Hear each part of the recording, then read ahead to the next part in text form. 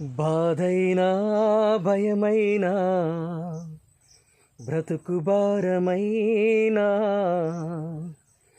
దిగులైనా గుబులైనా దుఃఖమేది ఎదురైనా తలచుకో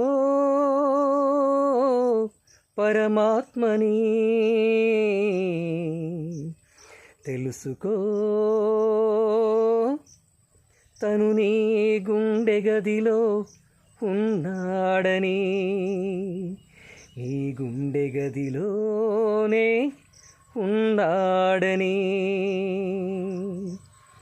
భయమైనా బాధైనా బ్రతుకు భారమైనా దిగులైనా గుబులైనా దుఃఖమేది ఎదురైనా